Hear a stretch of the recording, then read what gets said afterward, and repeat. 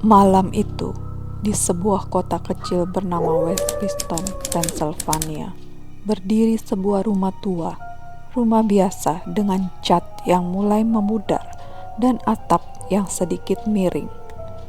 Tapi siapa sangka, di balik dinding bata dan jendela kaca retak itu, bersembunyi sesuatu yang jauh lebih tua dan jauh lebih jahat dari manusia. Inilah kisah nyata tentang keluarga yang mencoba hidup normal di rumah yang ternyata milik sesuatu yang tidak pernah hidup. Ini adalah The Smurf Haunting.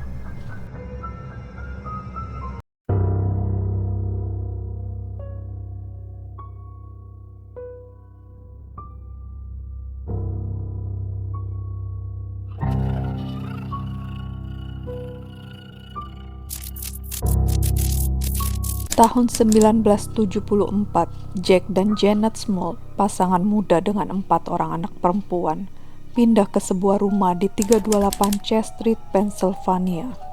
Rumah itu tampak sempurna, hangat, luas dan dekat dengan orang tua Jack yang menempati setengah bangunannya. Tapi sejak hari pertama, ada sesuatu yang terasa tidak benar. Pintu terbuka sendiri. Suara rantai terdengar dari loteng. Janet berpikir, mungkin hanya tikus. Tapi setiap kali Jack naik untuk memeriksa, yang terdengar hanyalah angin dingin berhembus dari sudut yang gelap. Malam-malam mereka mulai terasa panjang, dan suara dari loteng itu tak pernah berhenti. Beberapa minggu kemudian, gangguan menjadi lebih sering. Barang-barang berpindah tempat sendiri. Radio menyala tanpa alasan, dan terkadang terdengar bisikan dari kamar kosong. Janet mulai mencium bau busuk seperti daging terbakar, tapi tidak ada api, tidak ada asap. Suatu malam saat ia mencuci piring, lampu padam, dan di pantulan jendela ia melihat bayangan tinggi besar berdiri tepat di belakangnya. Ia menoleh, tidak ada siapapun. Tapi di cermin dapur ada retakan panjang seperti bekas cakar. Malam itu Janet tidak tidur. Gangguan itu berubah menjadi serangan. Jack sering merasa seperti ada sesuatu di ranjangnya.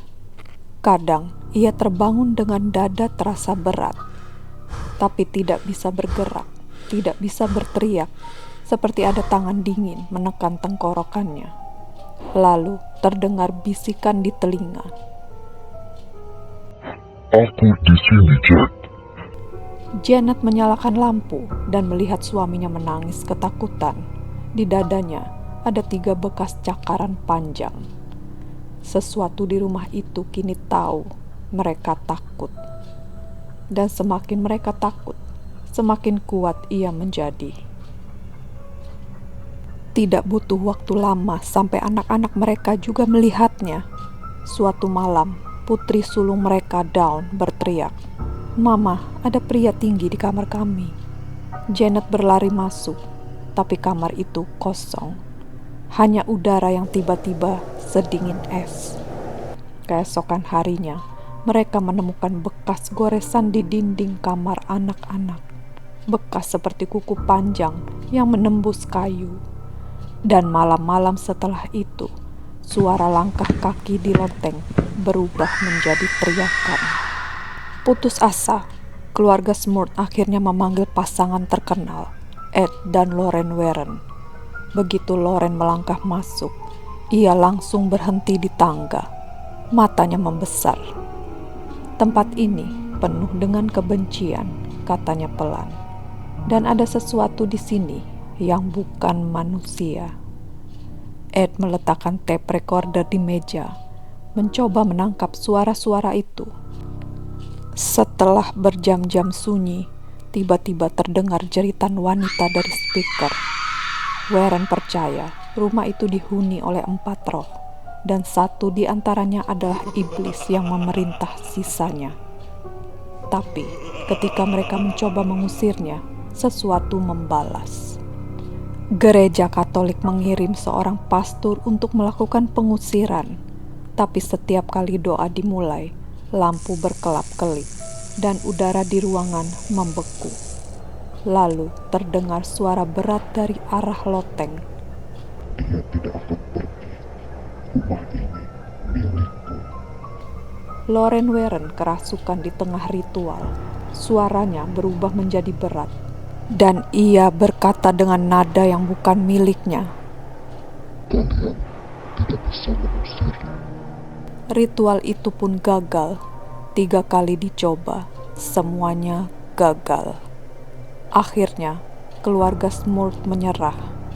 Pada tahun 1989, mereka meninggalkan rumah itu, berharap semuanya berakhir. Tapi, bahkan setelah pindah, Janet masih mendengar bisikan di telinganya setiap malam. Janet, aku di sini. Anak-anaknya masih bermimpi buruk tentang pria tinggi bermata merah. Dan tetangga yang lewat di depan rumah lama itu mengaku masih melihat lampu rumah berkedip sendiri di tengah malam. Beberapa orang bilang keluarga Smurf berhalusinasi. Tapi kalau begitu, bagaimana dengan bekas luka di dada Jack? Bagaimana dengan rekaman suara jeritan yang masih disimpan Ed Warren? Atau bagaimana dengan rumah itu yang hingga kini tetap kosong? Karena siapapun yang mencoba tinggal di dalamnya selalu pergi. Kadang sesuatu tidak ingin mengusir manusia dari rumah. Kadang mereka ingin manusia tinggal bersama mereka selamanya.